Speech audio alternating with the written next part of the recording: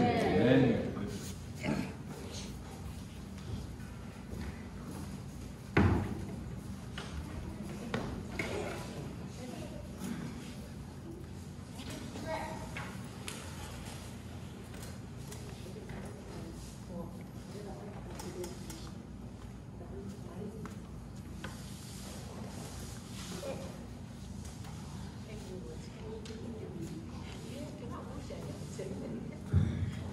안녕하십니까?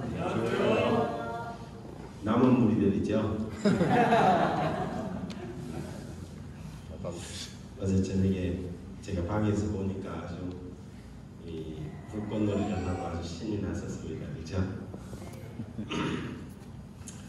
우리가 그 사람들이 만난 예수라는 제목으로 이번 장막 집회에서 예수님을 만났던 4명의 여인들을 우리가 찾아가 보고 있는데요.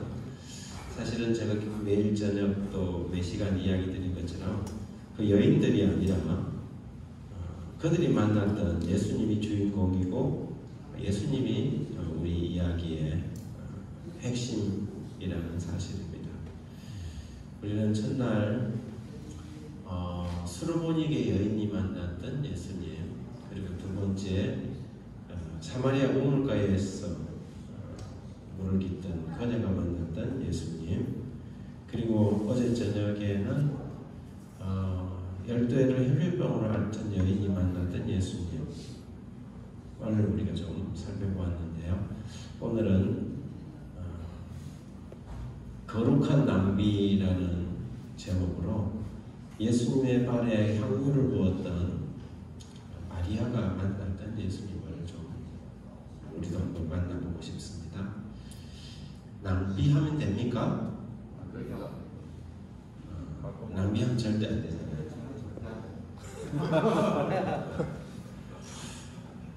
그런데 오늘 우리는 정말 힘껏 낭비해보자 하는 이야기를 좀 하려고 합니다. 먼저 마태복음 26장에 나온 두 구절의 말씀을 읽습니다. 예수께서 베다니 나병 환자 시몬의 집에 계실 때 한 여자가 매우 귀한 향유한 옥합을 가지고 나와서 식사하시는 예수의 머리에 부으니 했습니다. 이 베단이라는 곳은 예루살렘에서 약 3km 정도 떨어져 있는 아주 조그마한 마을입니다. 6월절 엿새 전에 예수님이 베다니에 이르렀다고 요한은 기록하고 있습니다. 이 엿새 전, 6월절 엿새 전을 계산을 해보면 아마 이날은 안식일 일몰 후 시간이 아니겠는가, 그 잔치가 벌어진 날이 그렇게 우리가 생각할 수 있습니다. 안식 후 일몰 후에 그 집에서 잔치가 벌어졌습니다. 이 예수님의 발에 향유를 부었던 이 사건은 사복음서에서 다 기록하고 있는 내용입니다. 여러분이 복음서를 읽어보면 마태, 마가, 누가, 요한 중에 어떤 스토리는 요한복음에만 기록되는 게 있고 어떤 것들은 또 공관복음에 기록되고 어떤 게 사복음에 다 기록되고 이렇게 부분이 되는데 이 이야기는, 이 스토리는 4명의 성경 복음서의 기자들이 다 다루고 있는 내용입니다. 그래서 이것을 전체적으로 보면 이 내용에 나오는 그 향유를 부었던 여인이 어떤 여인이며 이런 것을 우리가 추측을 할 수 있는데요. 이 잔치가 벌어졌던 집을 마태와 마가는 베다니 나병 환자 시몬의 집이라고 했습니다. 그러니까 이 잔치를 배설한 사람이 한때 나병 환자였던 것 같아요. 그리고 누가는 그 사람이 바리새인이었다고 이야기하고, 그 동네는, 베다니는 누구의 동네였어요? 나사로의 동네였어요. 나사로의 동네면 그 동생들 마리아와 마르다의 동네이기도 하겠죠. 한 여자라고 이야기했는데 누가는 그 여자가 어떤 여자라고요? 죄를 지은 한 여자라고 그렇게 표현을 합니다. 그런데 요한은 훨씬 더 정확하게 기록해. 그 여자가 죄를 지은 여자가 누구였다고요? 나사로의 동생 마리아였다고 기록을 했어요. 그가 가져 나온 것은 귀한 향유 한 옥합이었습니다. 그런데 마가는 순전한 그 향유가 나드 향이었다고 했어요. 나드 향이었고 순전한 나드 향이었다고 요한은 기록합니다. 근데 그 가격이 어느 정도 되냐 하면 300데나리온 이상이다. 그렇게 표현합니다. 300데나리온 이상이다. 시대의 소망은 그것을 이렇게 정리합니다. 베다니에 사는 시몬은 예수의 제자로 역임을 받은 사람이었다.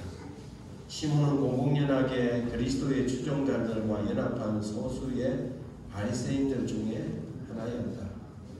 시몬은 문둥병에서 고침을 받았는데 이것이 계기가 되어 예수께 이끌려갔다. 그는 감사를 표하고자 하였으며 그리스도께서 마지막으로 베다니를 방문하셨을 때 그는 구주와 제자들을 위하여 잔치를 했다. 그래서 이 잔치가 배설된 그 경위와 동기들이 여기에 잘 기록되어 있습니다. 낭비가 아닌 낭비. 여러분, 이 여인이 예수님께 나와서 이 300데나리온, 한 데나리온은 노동자의 당시에 하루의 품삯이었습니다. 이게 300데나리온이라 하면 쉽게 말하면 연봉입니다. 그죠? 한 노동자의 연봉에 해당되는 가치의 향유를 예수님의 머리와 발에 부어버린 것입니다. 여러분이 그 장소에 있었다면 어떤 생각을 했겠습니까? 여기에서 누군가가 나오더니 제 설교하고 있는데 저 머리에다가 300데나리온에 해당되는 요즘은 한 3천만 원 됩니까? 3천만 원, 뭐 연봉을 계산하면 한 3천만 원 정도 되는 향유를 가져와서 붓고 제 발에 부어버렸어요. 낭비 맞습니까? 여러분, 그런데 이 세상 역사는 아낌없이 뭔가를 낭비한 사람들에 의해서 이루어져 갑니다. 이 세상에 두 종류의 사람들이 있어요. 계산하는 사람들과 낭비하는 사람들. 우리가 뭘 할 때 계산합니까? 이득이 될지 손해가 갈 건지 아주 철저하게 계산하지 않습니까? 예, 우리가 살아가면서 우리의 가정 경제를 꾸려가고 뭔가를 할 때 항상 계산할 필요가 있습니다. 그런데 어떤 경우에는 계산하면 안 됩니다. 여러분 자녀들 키울 때 계산하고 키웁니까? 그것은 계산 안 해요, 그죠? 왜 그럴까요? 그건 사랑이니까. 사랑은 계산하지 않습니다. 사랑은 절대 계산하지 않습니다. 여러분, 요즘은 그런 젊은이들은 좀 우리 한참 이렇게 연애하고 할 때는 어떤 여학생들이 꼭 있었냐면 학을 1000마리씩 접는 밤새도록 잠도 안 자고 뭘 접어요? 학을 접어갖고 이만한 함에다 담아갖고 자기가 좋아하는 사람한테 줬어요. 그 시간 낭비잖아요. 근데 그걸 낭비라 생각해요? 생각하세요. 잠을 안 자고 그걸 접어가면서 이렇게 한다는 말이죠.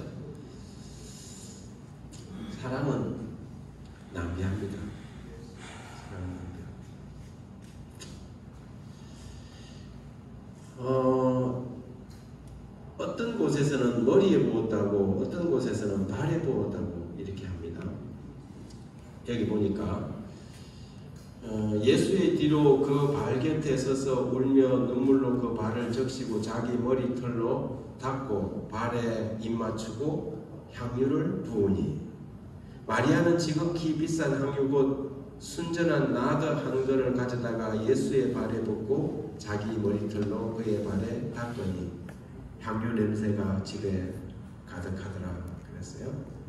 그래서 머리에도 부었고 발에도 부은 것 같아요. 어쩔 때는 머리에 부은 것 같고 어쩔 때는 발에 부은 것 같은데 이 전체적인 구절을 보면 다 부은 것 같습니다. 그것을 보고 제자들이 분개했어요. 제자들이 보고 분개하여 이르되, 여기서 분개했다는 것은 격분했다 그랬습니다. 무슨 의도로 이것을 낭비하느냐, 허비하느냐. 이것을 비싼 값에 팔아 가난한 자들에 줄 수 있겠도다. 그런 생각을 할 수 있겠습니까? 아니, 이걸 이렇게 낭비할 필요가 뭐 있냐. 이걸 좀 더 좋은 가치 있는 일에, 유익한 일에 쓰면 얼마나 좋을까. 직원회를 하면 분명히 이런 이야기가 나올 겁니다. 그죠? 여러분, 그 직원회를 하면 이 이야기 분명히 나옵니다. 합리적인 사람들이 이런 계산을 하죠. 아니, 왜 그렇게 낭비를 합니까? 당장 그 이야기가 나오겠죠.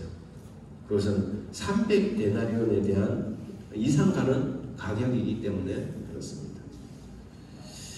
이 나드 향료를 이렇게 한번 찾아보니 도대체 나드가 뭐니까 이렇게 비쌀까 보니까 이 스파이크 나드라는 이 꽃이 있어요. 꽃도 상당히 예쁜데 이 향료를 만들 때는 뿌리를 가지고 만든다 그래요. 그래서 히말라야 고산 지대에 자생하는 식물인데요. 뿌리를 갈아서 훈증해서 향료를 만들어냅니다.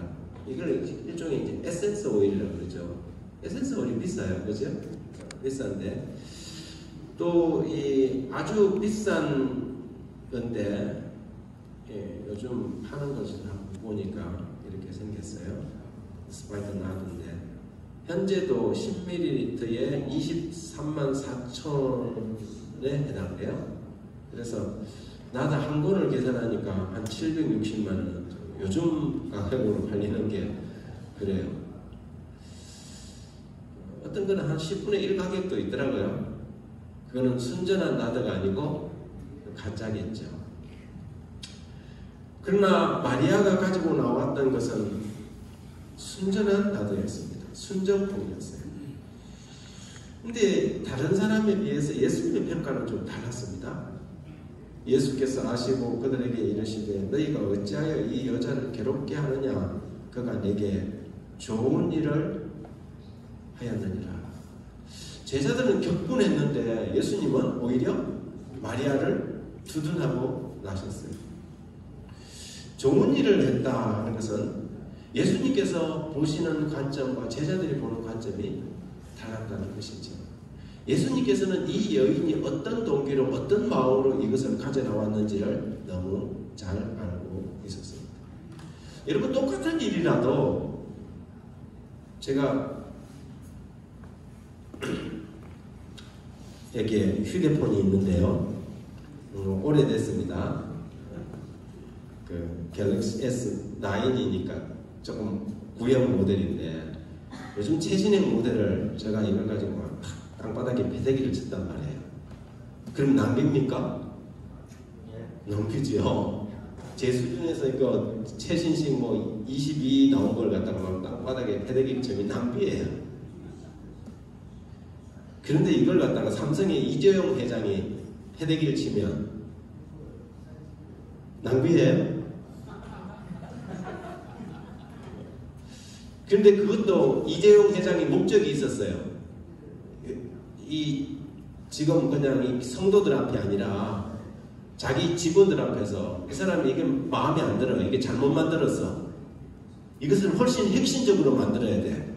그래서 하나의 퍼포먼스로 직원들 앞에서 온 데서 막 패대기를 쳐버렸어요. 이걸 이렇게 만들어놨냐고 말이에요.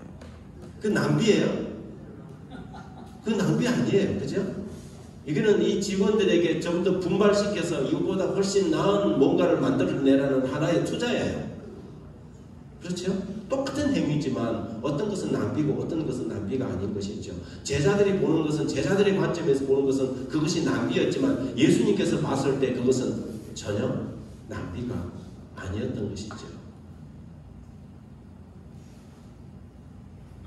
여러분, 그래서 그 유명한 이건희 핸드폰이라는 게 있어요.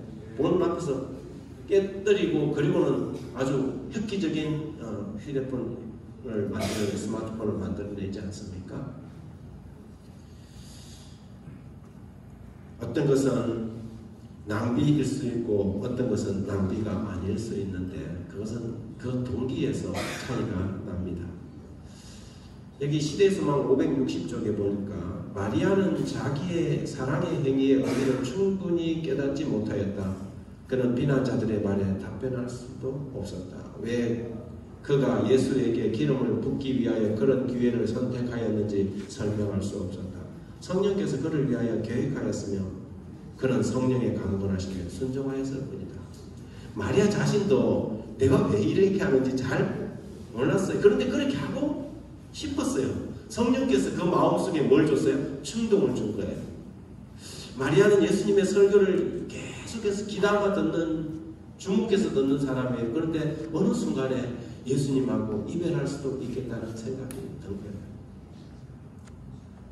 제자들은 놓치고 있었지만 마리아는 예수님께서 어떻게 고난을 받을 것인지에 대한 그 밀려오는 중압감 같은 게 있었죠. 그래서 그녀가 아끼고 아껴서 어렵게 해서 벌어놓은 귀한 나도 하는 것을 가져다가 예수님에게 뿌어야 되겠다는 생각이 든 거예요. 근데 왜 그런 생각이 드는지 자신도 충분히 알지는 못했어요. 그래서 여기에 시대의 소망을 보니까 이것은 성령의 강권하심이었다. 그래서 성령의 강권하심에 대해서 순종하기로 한 것이죠. 그것은 사랑의 동기였습니다. 여러분, 사랑은 계산하지 않습니다. 그래서 사랑은 언제나 낭비적입니다. 그러나 그 낭비는 진짜 낭비가 아닌 것이지요. 왜냐하면 그 낭비는 사랑에서 시작되었기 때문입니다. 우리 삼육대학에서 저희들 학교 다닐 때 가르치던 고영 교수님, 고영 목사님이라는 분이 계셨어요. 이분이 고려대학 다니다가 삼육 영어학원에 영어배우로 왔다가 신앙을 받아들이고 자신의 진로를 바꾸어서 이분이 목사의 길을 가기로 선택을 합니다. 그랬더니 주변에서 가족들이 다 이런 미친놈이라고 엉뚱한 곳에 그 삶을 왜 낭비하느냐고 막 공격이 들어왔다 그래요. 그분이 학원 선교의 1호 목사가 되었다고 합니다. 세월이 지나면서 이 고영 목사님은 목사로서의 삶을 통하여 수많은 사람을 예수님께로 인도했습니다. 근데 그때 학교 같이 다니던 또 자기의 친구들은 좋은 대학을 나와가고 세상에서 출세를 하기 시작했죠. 그런데 어느 날 그 고위직에까지 오른 자기 아주 친한 친구가 나이가 들어서 암병동에서 만난 것입니다. 한 사람은 평생 목사로의 삶을 살면서 수많은 사람을 하나님께 인도해서 그들을 구원하는 이 사역을 했고, 한 사람은 세상에서 출세의 가도를 달렸지만 결국에는 그렇게 나이가 들어서 만난 것이지. 계산을 했을 때 누가 인생을 낭비한 것일까요? 그들이 세상의 관점으로 봤을 때는 왜 너가 그 인생을 그렇게 쓸데없는 곳에 낭비하느냐 했지만 전혀 다른 결과를 직면하게 된 것이지. 여러분, 사랑은 낭비하지만 그것이 진정한 낭비는 아니라는 사실을 우리가 배웁니다. 그래서 사랑은 언제나 여유가 있는 것이지. 그들의 주장은 가난한 자들을 위하여 이렇게 하는 것이 합당치 않다고 했지만 예수님은 이렇게 말합니다. 가난한 자들은 항상 너희와 함께 있거니와 나는 항상 함께 있지 아니하리라. 이 여자가 내 몸에 이 향유를 부은 것은 내 장례를 위하여 함이니라. 마리아가 그것을 충분히 인지를 하지는 못했을지라도 예수님께서는 그것을 명확하게 지적을 해주셨습니다. 아리마대 요셉과 니고데모 같은 사람들은 예수님께서 십자가에 달려 돌아가시고 난 다음에 아주 비싼 향유를 가져와서 예수님을 십자가에서 내려서 요셉의 무덤에 안치하면서 향유 처리를 했습니다. 다른 여인들은 예수님을 미처 향유 처리를 못한 것 때문에 또 그것을 준비해갖고 일요일날 무덤으로 달려갔습니다.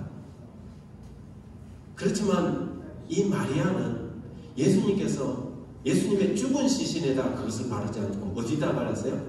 살아계실 때 이 일을 하셨다는 것이죠.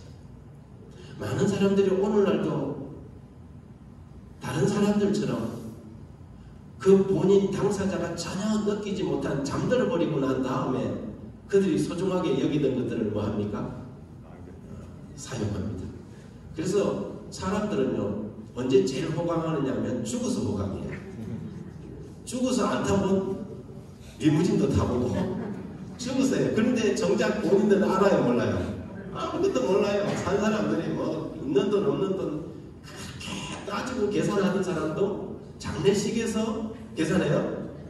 이거 뭐 몇십만 원 들어간다 해도 알았습니다. 그게 그때 따지면 아주 나쁜 놈 되니까 그때는 그냥 다 이래요.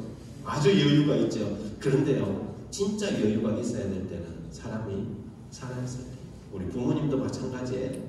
우리 사랑하는 사람들에게도 마찬가지예요. 그들이 숨쉬고 있을 때, 살아있을 때, 인지하고 있을 때 그렇게 해야 되는데 우리가 얼마나 바보스러운지 몰라요.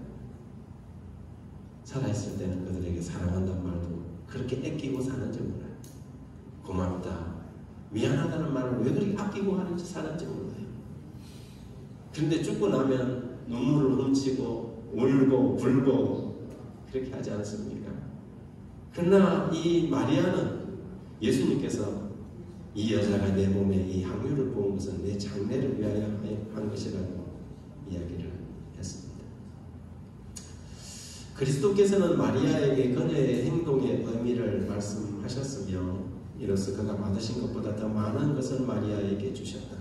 이 여자가 내 몸에 향유를 부은 것은 내 장사를 위함이라고 예수께서 말씀하셨다. 사실 마리아는 예수님의 죽음과 부활에 대한 깊은 의미를 이 행위를 통하여 나타낸 것입니다. 옥합이 깨어질 때 향기가 온 집에 바랬던 것처럼 그리스도께서 운명하시고 그 몸은 훼손될 것이지만 그는 다시 무덤에서 일어나시고 그의 생명의 향기는 세상에 가득하게 될 것이었다. 그래서 이 예수님에게 부었던 마리아의 이 향유가 가지고 있는 영적인 의미들이 있습니다.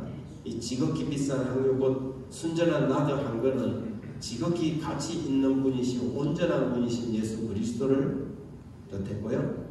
옥합을 깨뜨려서 예수님의 머리에 부은 것은 십자가에 못 박히시고 피 흘려 희생하신 예수님의 희생을 의미하고 가치 있게 하는 것이었습니다. 향유 냄새가 집에 가득하였다는 것은 무덤에서 부활하여 온 세상의 생명의 향기가 되신 그 예수를 눈물로 발을 적시고 머리털로 닦았다는 것은 사랑으로 헌신한 예수님을 나타내고 있었습니다. 그런데 그중 제자들이 격분했다 했는데 이 시대소망과 성경을 이 요한복음을 잘 살펴보면 그것을 주동하고 책동한 사람이 있었는데 그 사람이 누구였어요? 유다였어요. 유다. 요한은 이 부분을 아주 정확하게 지적합니다. 제자 중 하나로서 예수를 잡아줄 가룟 유다가 말하되 이 향유를 어찌하여 300데나리온에 팔아 가난한 자들에게 주지 아니하였느냐. 지구내에서 이렇게 이야기하는 거예요. 유다가.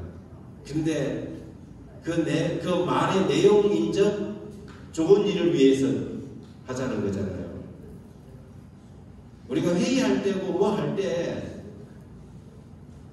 나쁜 일을 하자고 반대하는 사람 없어요. 포장은 어떻게 해요? 그 사람의 동기는 철저하게 계산적임에도 불구하고 포장은 어떻게 해요? 주님을 위하여, 복음을 위하여 이렇게 말하는 것이지. 그런데 요한은 그의 마음을 성령을 통하여 정확히 집었어요. 이렇게 말하면 가난한 자들을 생각함이 아니요. 그는 도둑이라 돈괴를 맞고 거기 넣은 것을 훔쳐 가밀려라 하고 있어요.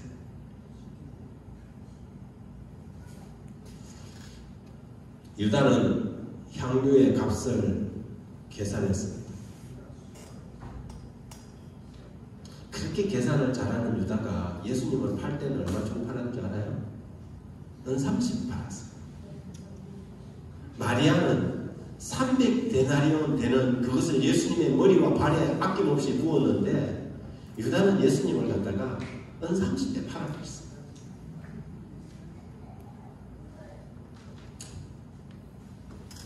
철저하게 계산하는 유다를 우리는 보게 됩니다. 유다는 사실 계산했어요. 예수님께서 십자가에 달려 돌아가실 거라고 생각을 못했죠. 그렇게 계산했더라면 아마 이런 행동을 하지 않았겠죠. 그런데 예수님께서 십자가로 가셨어요. 예수님은 계산하는 분이 아니십니다. 예수님도 계산하는 분이셨으면 다르게 행동하셨을 줄 몰라요. 근데 여러분, 사람은 계산하지 않습니다. 사탄도 철저하게 계산하는 존재예요. 열중 중 하나인 가룟신이라고 부르는 유다에게 사탄이 들어갔어요. 사탄도 계산했더라면 예수님을 그렇게 몰고 가지 않았을 거예요. 근데 예수님이 십자가에서 그분이 자기의 목숨을 내놓은 것이라고 사탄은 계산할 때 그렇게 하지 않을 거라고 계산한 거예요. 왜냐하면 자기 같으면 그렇게 안 하거든요. 그건 너무 터무니없고 어리석은 거거든요. 자신을 배신하고 비난하고 믿지 못하는 이런 인간, 이런 죄인들을 위해서 당신의 목숨을 바친다고? 말도 안 되는. 근데 예수님은 계산하지 않는 분이죠.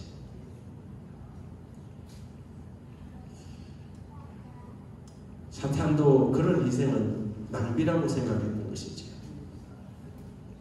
그런데 6월절 전에 예수께서 자기가 세상을 떠나 아버지께로 돌아가실 때가 이런 줄 아시고 세상에 있는 자기 사람들을 사랑하되 끝까지 사랑하십니다.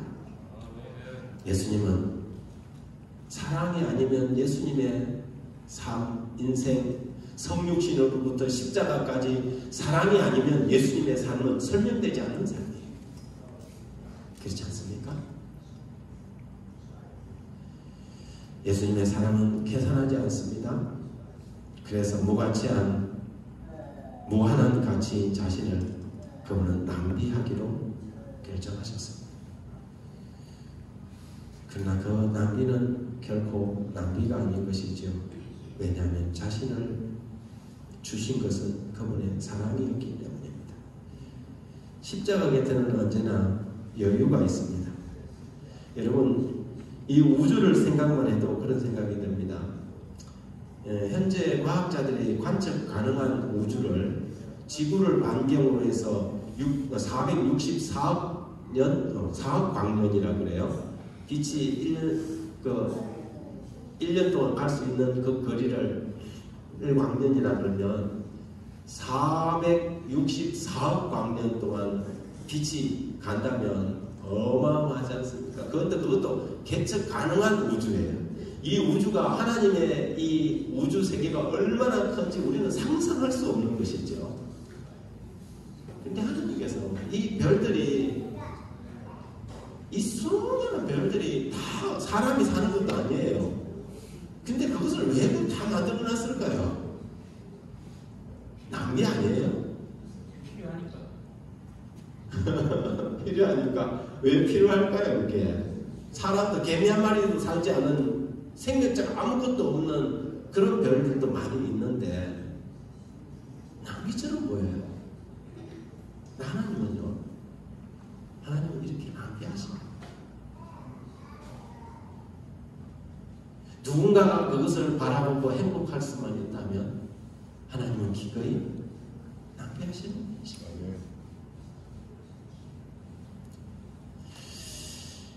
사랑은 언제나 넉넉한 공간이 있습니다. 내가 진실로 너희에게 이르노니 온 천하에 어디서든지 이 복음이 전파된 곳에서는 이 여자가 행한 일도 말하여 그를 기억하리라 하십니다. 마리아가 행한 일은 복음처럼 취급되었습니다. 마리아의 이 사랑의 헌신은 단순한 사랑의 헌신이 아니라 아무런 가치도 없는 자들을 위하여 당신 자신을 온전히 내어주신 예수님의 사랑의 모델과 같은 빼어닮은 희생이기 때문에 그렇습니다. 우리의 사랑도 우리의 헌신도 마리아의 낭비와 같았으면 참 좋겠습니다. 조금 더 낭비적으로 우리가 좀 헌신할 필요가 있습니다. 여러분, 이 세상은 이렇게 계산하지 않고 낭비하는 사람들에 의해서 세상은 진행되어 갑니다. 어떤 사람들은, 제가 아는 한 장로님은 집을 팔아서 아프리카에 전로의 계단을 보내는 사업을 해요. 1년에도 수십만 원씩. 그리고 또 어떤 사람들은 그 일을 위해 그 일을 한다고 뭐 하냐면 돈을 보내요. 삶 자체가 낭비예요. 낭비예요. 어렵게 돈을 벌어서 그렇게 보내는 것이죠. 참 놀라운 일들이 있는 것입니다. 어떤 사람들은 집집마다 뭐예요? 복음이 들린 책자들을 한 집도 빠지지 않고 뭐합니까? 이 더운 여름에도 땀을 뻘뻘 흘려가면서 집집마다 씨 뿌리기를 합니다. 어떻게 보면 저 사람들은 왜 저런 낭비를 할까? 사랑 때문에 그런 것이죠. 철저하게 계산하고 계산 기술을 우리하고는 너무 다르게 살아가는 사람들. 전정국 목사님이 쓰신 글에 얼마 전 연장에 다리를 다쳐 병원에 갔다 잘라내고 씻어내고 깨면 다음에는 상처에 몇 배나 되는 널따란 붕대를 덮어주는 것이었다. 한 보름 동안 몇 번의 붕대를 바꿔주었더니 말끔하게 잘 나았다. 상처를 치료하기 위해서는 언제나 붕대가 상처보다 넓어야 한다는 것은 너무 평범한 진리이다. 그렇지 않습니까? 상처는 요만한데 붕대를 갖다가 이렇게 붙여놓을 수는 없잖아요. 언제나 상처보다 붕대는 어떻게 해요? 넓어야 하는 것이다. 더 감싸고 더 넓어야만 상처가 나는 것이죠. 그런 것입니다. 여러분도 봤을지 모르지만 이 동영상 하나를 좀 같이 시청하고 싶습니다. 제목이 이 세상에서 가장 아름다운 영어로 단어는 무엇입니까? 다 아십니까? 제가 말씀드릴게요. 가장 아름다운 영어 단어가 마더입니다. 이것이 이 세상 가장 아름다운 영어 단어가 안 기억해줬잖아요. 두 번째 가장 아름다운 영어 단어가 파더, 그 뜻은 얼마나 좋죠. 페이션, 열정, 정력, 열정, 정력. 세 번째 가장 아름다운 영어 단어가 파더는 얼마나 좋죠. 스마일. 네 번째 가장 아름다운 영어 단어가 파더는 얼마나 좋죠. 앞에 말 러브, 사랑. 여러분 놀라지 마십시오. 다섯 번은 아버지가 없었습니다. 열 번째는 파더가 없었습니다. 더 놀라지 마십시오. 70번하고 파더가 없었습니다. 그때가 참 없습니다. 우리 아버지들은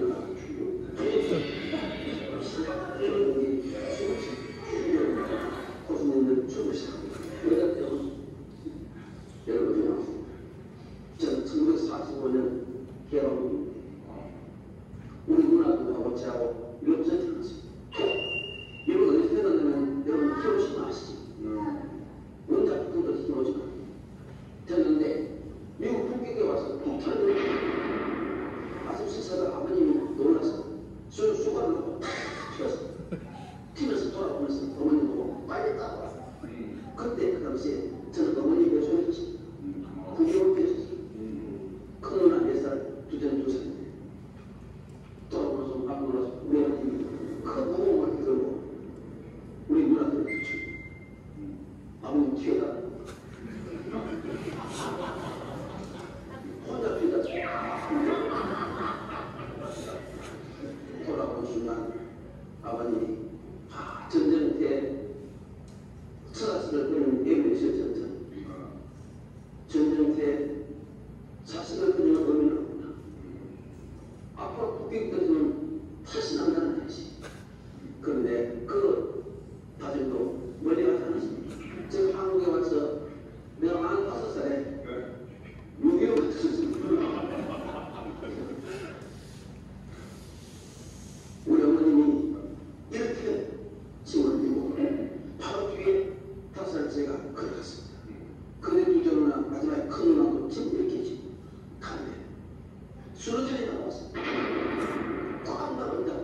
아버님이 찌개를 지고 이쪽에 수로에 차가졌죠. 차가 돼서 탁구이 쳐지지가 않고요. 이거 어떻게 됐나? 올라가니까 세상에 우리 어머님이 포탑을 입고 우리 사실 세계를 품에 입고 이쪽에 쓰러져 아버님은 혼자 이쪽에 있어.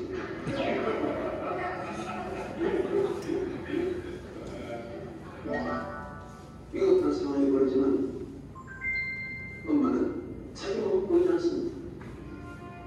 옛날에 제 던질 존재에서는 혼력이 아주 심했습니다. 저도 병에 걸려서 죽게 됐습니다. 그 많이 죽었습니다. 우리 아버는 찌개를 지고 삽을 가지고 저를 산에 도놓기 위해서 마을에 앉으셨습니다. 우리 아버님은 밤새 저를 안고 있었습니다. 아버님이 가만히 가져와서 나를 툭 말아가지고 이제 산을 가기 위해서 눈을 탁 떼면서 아버님이 죽은 자식 품에 안아서 못하느냐 언니야 부모 앞에 죽는 자식은 자식도 아니야. 우리 어머님은 그걸 품에 탁 안고 우리 고생에서 이렇게 하나님이 쌓여주시는 내 아들 살주십시오. 그러면서 마지막 가는 그 길을 자신을 보내기 위해서 혀를 가지고 빼고 있습니다. 그때 우리 종기가 나서 보이는 그 어둠이 계속 살려는 그 세상 얘기입니다. 제가 제가 생겼구나. 소가 움직이시고 그래서 제가 살았습니다. 그래도 소아지는 소이잖아요. 어머님이 자식에 대한 그 가슴 뜨거운 그 사랑 주어가는 생명을 살리시고 있습니다. 어머님의 사랑에는 기적이 부모님 사랑에는 고맙게 전하십시오. 저는요 우리 어머님 같이 안 믿는 것 같습니다. 내가 같이 평생까지 살 줄 알았는데 어느 날 우연히 떠나시다. 오늘 이에 대해서 지금 방금 말 여러분 주변을 계속 알려주시는 이들 중에 눈물이 가슴 많은 것은 영원히 열두라고 합니다. 자식을 떠나볼 때는 상처가 너무 커서 눈물이 낭비적인 사랑의 헌신은 우리가 멀리 가지 않아도 우리의 부모님, 우리의 어머니의 모습 속에서 찾아볼 수 있지요. 그래서 어떤 사람은 그런 이야기를 했다고 합니다. 하나님께서 이 세상의 모든 사람에게 다가갈 수 없어서 어머니를 보낸다는 얘기를 하죠. 마리아의 이 헌신적인 낭비, 그것이 낭비가 될 수 없는 것은, 거룩한 낭비인 것은 그것이 바로 사랑에서 우러나왔기 때문입니다. 예수님을 그렇게 사랑했던 마리아는 예수님께서 돌아가시고 난 다음에도 가장 먼저 일요일 새벽 무덤으로 달려갑니다.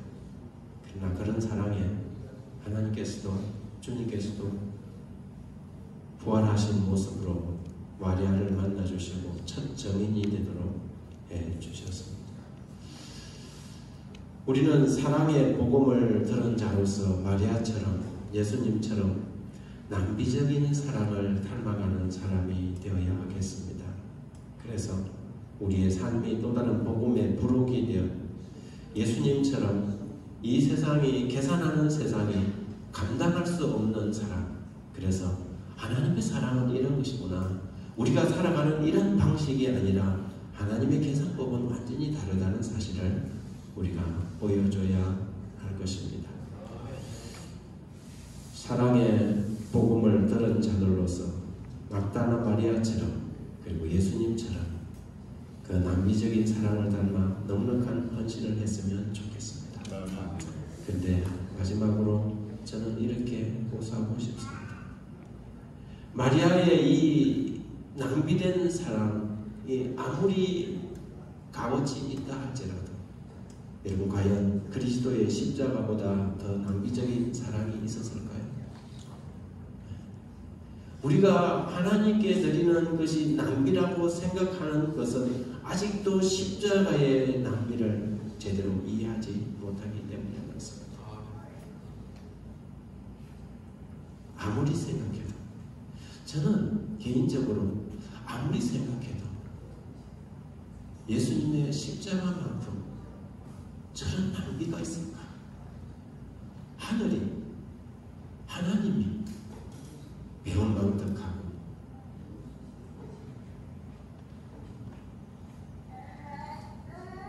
우리 같은 정말 무가치한 인생들을 위하여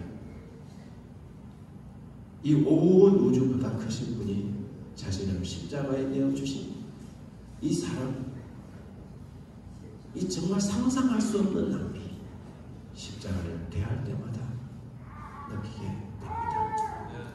그 사랑, 그 낭비적인 거룩한 사랑을 경험한 우리가 어떤 모습으로 이 세상을 살아가야 할지 이 마지막 시간에 우리가 한번 생각해 봤으면 좋겠습니다. 그래서 우리도 예수님처럼만큼은 아니라도 우리도 마리아처럼 계산하는 사람이 아니라 기꺼이 이 세상에 하나님의 나라의 도래를 위하여 낭비하는 거룩한 삶을 살게 되길 간절히 바랍니다.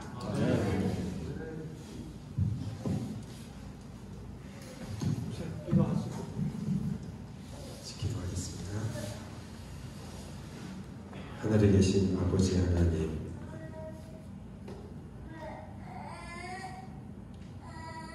늘 무언가를 할 때면